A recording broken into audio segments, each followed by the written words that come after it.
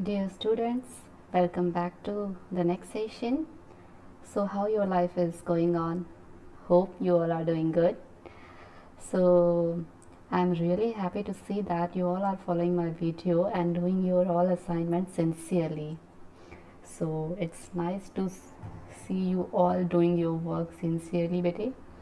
So, without wasting our time, let us start the today's session. Last day we discussed how to create a one-dimensional array using the function array.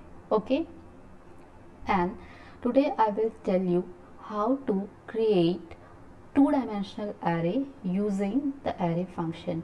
But before that, bete, let me tell you that there are different functions using which we can create our NumPy arrays. Okay, so let us note down quickly that what are those different methods to create NumPy arrays. So the first one is using array function that we have already discussed yesterday. So the first method was using array function, already discussed in the last session. Only the thing left out is how to create 2D array using array function that I am going to tell you today. Then the next function is empty function. Okay, so empty function is another function which can be used to create an empty array or an uninitialized array. Now what is the meaning of uninitialized array? When we are telling empty array, it doesn't mean that the array will remain empty. It will have some values, but the values will be some random values, some garbage values already given by the Python. Okay, so I will give you an example just later on. Then the third function is zeros function. Now as per the name, what will happen, it will create an array and all the elements will be 0. Okay, then similarly another function is ones function. What it will do with it? It will create a new array with all its element as 1. Okay, now the next function is full function. Now previously we have discussed that zeros function will create an array of all the zeros, ones function will create the array with all the ones. Then what else we have to do if we want to keep any constant value other than 0 and 1? But it just spelling mistake is here, corrected. This should be constant value. Okay, so if we want any another constant value apart from 0 and 1, then we have to use the function full. I will give you the example how to use all these functions. And next one is using a range function. So range function must be known to all of you in class 11, I hope, because during for loop, you must have gone through the range function. Okay, how it works, what is the syntax of writing range function, this must be known to you. So here we are having not range, we are having a range. So it will decide the range of our array. Okay, so these are the functions which can be used to create NumPy array. Okay, so since all these functions belong to which module, bete? All these functions belong to NumPy array. So before using these functions to create NumPy array, we must import which module? Yes, NumPy module. Okay, so coming back to our Jupyter notebook. So the last session ended here and we will continue from here. So what we have to do that today we will create 2D array. Okay, last day one of you have asked me, ma'am, how to create 2D array. So let me start from that question, that for creating 2D array, first we have to import the same module NumPy as NP. But remember that we are using the same array function. Okay, which method we are using? Using array function. We are creating 2D array. Earlier we have created 1D array. Now we are creating 2D array using the same array function. So we have imported our module. The next thing we will do is take a list, okay, any list, whatever you want to take. Just I am taking 1 2 3, okay, and another one I am taking 4 5 6, okay. Now I am taking A1 as my array, okay, and I am taking np dot name of the function is array, and which list we have to pass, L1. I will explain all the things, just wait bit. Print A1. Now see, since in the previous example we were creating one dimensional array, okay, but in this example we have to create 2D array. So for 2D array to be created from a list, we have to use a list of lists, okay, multiple lists we have to use. Why? Because we have to create two-dimensional array. If you remember this diagram bete, 2D array, now see here, 2D array is having two-dimensional. Now it is combination of rows and columns, okay. So the element will be stored in the form of rows and columns, okay.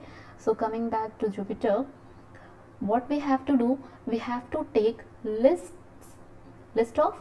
multiple lists we have to take, so that it will behave as 2D array.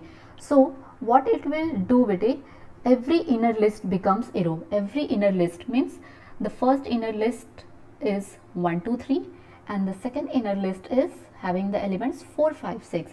So the 2D array will have two rows. How many rows? Two rows, because we are having how many inner lists? We are having two inner lists. First inner list is having the elements 1 2 and 3, and the second inner list is having the elements 4 5 6, okay. So these two inner lists will behave as two different rows of our 2D array. And what about the column? Just now I told you that 2D array will have both the rows and columns. So if these two inner lists will behave as two different rows of 2D array, what about the columns? So how many columns we will have? In each inner list we are having how many elements? We are having 3 elements. So total columns will be how much? We will have 3 columns.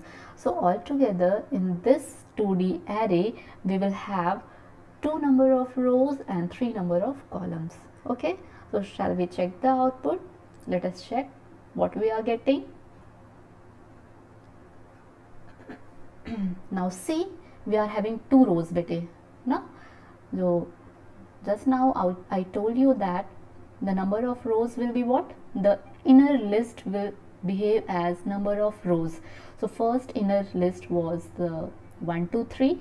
So first row is having the elements 1 2 3, and second inner list having 4 5 6 will be the second row of the 2D array. And what about the columns bete? So see how many columns we are having? First column, second column and third column. So how it is decided?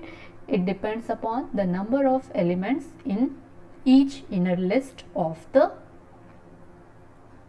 list, okay. So what will happen bete if I will skip one element from here? Let us check what we will get, okay. So if we will run this one, so it will not give you the exact 2D array, because to create two-dimensional array from multiple lists, the shape of the list must be same, okay. So if the first list is having 3 number of elements, then the second list must have also 3 number of elements, okay. So if you will run this, you will get exact 2D array. Suppose I want a 2D array of 3 rows and 3 columns, then what we have to do? We have to take another list written and which must have 3 elements again. Suppose I am taking 6 7 and 8. Let us run. What will happen? 6 7 8 will be appended at the last. Let us check. Got it? So if you are creating 2D array from the list, then the shape of the list. When I am talking about shape, it means number of elements. So shape of the array must be same for all the inner lists. Okay, so this was all about creating array from array function. Okay, and then what was the next method I told you just now? So the next method is empty function. So let us discuss empty function. But an empty function is just to create an uninitialized array. Okay, let me tell you about this one. So since all the functions belong to a NumPy module, we must have to import our module in the code. NumPy as NP. Let us check. Now no need to use any list this time, because for array function we use list. Okay, now empty function can be used directly because there is no values inside the array. So let us have the name of the array, and what we will do, we can directly write empty, okay, and the size of the array. Suppose I am creating one dimensional array and I want the size as 4. Okay, so the parenthesis argument means the number of the elements inside the array. So what it will do, beta, it will give you an array having the size 4, but all the elements will remain uninitialized. Uninitialized means any garbage value will be there. Okay, so let us check.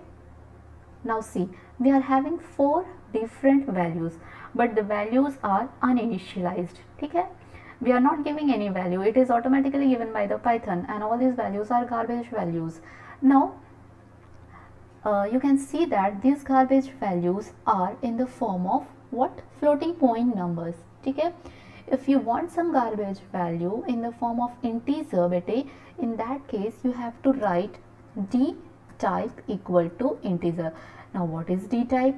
D type is the data type of the object. If you are not giving any d type, by default it will take the garbage value as floating point number. Okay, but if you want the garbage value as integer, then you have to mention that d type is equal to int.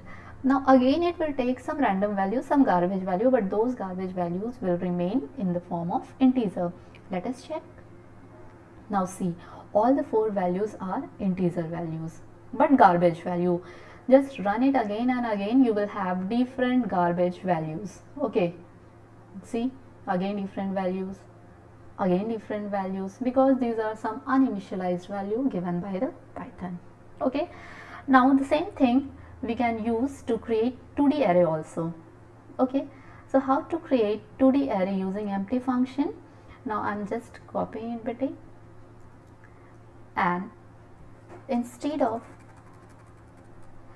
now just tell me, if we are going to create 2D array bit, then we have to mention 2 dimensions. In the previous example we were creating 1 dimension. Okay, so we have to mention 1 dimension. So the size was 4 for 1 dimensional array, but here we want to create 2D array, and all of us know that for 2D array 2 dimensions are needed. And what are those 2 dimensions? Number of rows and number of columns. So you have to mention that how many number of rows you want and how many number of columns you want in your 2D array. So suppose I want 3 number of rows, then first you have to give 3 and 2. So whatever value you are providing first will be considered as number of rows, and whatever value you are giving later on will be considered as number of rows. So in this example we will have number of rows 3 and 2 number of columns. So let us check.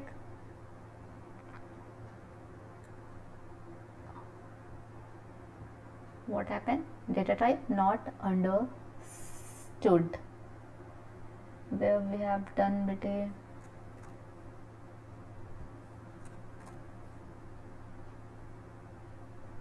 okay, so now see we are having 3 number of rows and 2 number of columns. Okay, got it. Now let us see. The next example is zeros function. What it will do, it will create an array having all the zeros. Okay, so what basically it will do, let us check using zeros. Okay, so same we will do, import NumPy as NP, then what we have to write, NP dot zeros within bracket, suppose I am writing 5, and then print A1.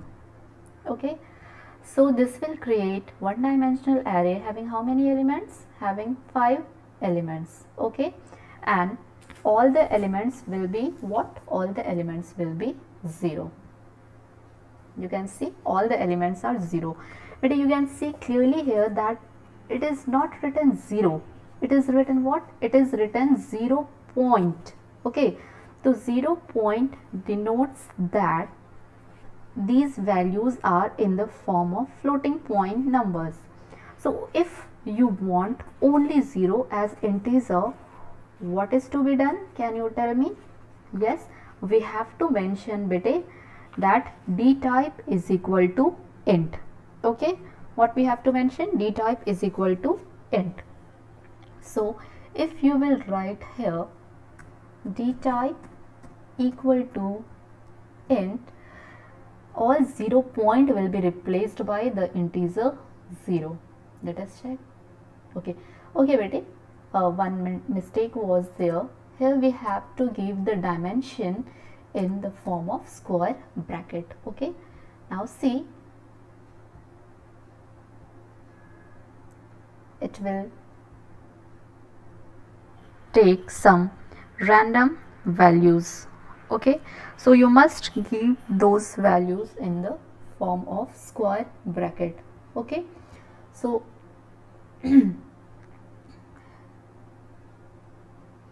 let us take another example, how to create 2D array of zeros.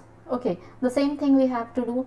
In case of this, we have to mention bete that the number of rows and the number of columns, how many rows and how many columns we want, that we have to mention. Okay, so let us take that, we can change here also, suppose 2, 5. Okay, so what will happen? 2 number of rows and 5 number of columns we will have. Let us check. 2 number of rows and 5 number of columns we are having. What will happen, but if I will remove this one, if I will remove this one, all zeros will be in the form of 0 point. Okay, so that is the only difference. By default, the values are stored in floating point numbers. If you want to change it, you have to write d type is equal to integer. Now similarly, the next one is ones function. What it will do? It will, let me write, using ones. Okay, so import NumPy as NP, A1 equal to NP dot ones, and then the size. Suppose I want 5. Okay, let us print our array. So what it will do? It will create an array of size 5, and all the 5 will be which value? 1. See, not 1 point something, because floating point numbers. And if you want only 1 as integer, then you have to mention d type is equal to integer. You got it? Now similarly, we will create 2D array of ones. Okay, so again import NumPy as NP, then A is equal to NP dot ones, then within bracket you have to mention the dimension, means how many rows and how many columns you want. Suppose I want 4 number of rows and 5 number of columns. So let us check the output. Okay, so all will be 1, but in the form of 4 number of rows and 5 number of columns. Yes, we got our output. The next one was beta full function. So what is the use of full function? Full function is used to give a constant value beta. Okay, full function is used to give the constant value apart from 0 and 1. Okay, so if we don't want 0 and 1, if we want any other value like 7, 8, anything, then we have to use full function. Okay, so let us check how to use full function. So the same thing, let me write using full function. Okay, so let us import the same thing. Don't forget to import the module beta, because all the function belongs to the module NumPy. So to make them work, we have to import our module first. So a is equal to np dot full. Let us create first the one dimensional array. So to create one dimensional array, size is this one, and I want all the elements as 8. Okay, so print 8. Let us check whether it is working or not. Yes, it is working. Okay, now this has created one dimensional array and all the elements are 8. Now what to do if we want to create two-dimensional array of all 8 or any other constant value you want? So np dot full, how many rows and how many columns beta? As per your requirement. Suppose this time I want 2 rows, 3 columns. Okay, let me put another parenthesis, and which constant value you want? Suppose I want 7. Okay, then let us print the result a. We got our result. Okay, so you have to take care of the syntax beta, how we are writing. So just open your laptop, open your PC and do practicing all these programs. These are very simple, but they are expected to come in your exam. This type of question is very example beta. Write an array to create 5 elements of 1s, or 5 elements of 7, or 5 elements of 8, like that. These questions are very common. Then the next function which we will discuss is the range function. Already you know about range function beta. Okay, so range function can be used in different types. So let me tell you. A range is used for array. So let me tell you about the first one. Import NumPy as np. Okay, so np dot a range. What if we will pass only one argument? Okay, you may pass one argument, you may pass 2 arguments, you may pass 3 arguments. I will tell you about all the 3 situations that what will happen. So if we have passed only one argument as 10, what it will do beta? It will create an array, and that array will have how many elements? 10 elements, but the starting element will be 0 and the ending element will be whatever argument we have passed, that minus 1. Okay, so what will be our elements of array? It will be 0, 1, 2, 3, 4, 5, 6, 7, 8, 9, up to 9, not 10. 10 is excluded. Okay, so let us check. Got it? Okay, this was the first way to use a range function. Now the second method is, you may enter your starting point and ending point as well. Okay, in the first situation we have just mentioned the ending point. Now in the second method you can use the starting point as well. That means that if you don't want to start your array from 0 and you want to start it from somewhere else, in that case, suppose you want it to start from 2 and you want it to up to 10. Okay, so in that situation, what will be our array elements? So our array elements will be 2, 3, 4, 5, 6, 7, 8, 9. Again beta, the ending position will be excluded, the ending element will be excluded. Okay, So elements 2, 3, 4, 5, 6, 7, 8, 9. Okay, and what about the third argument? The third argument tell about the step.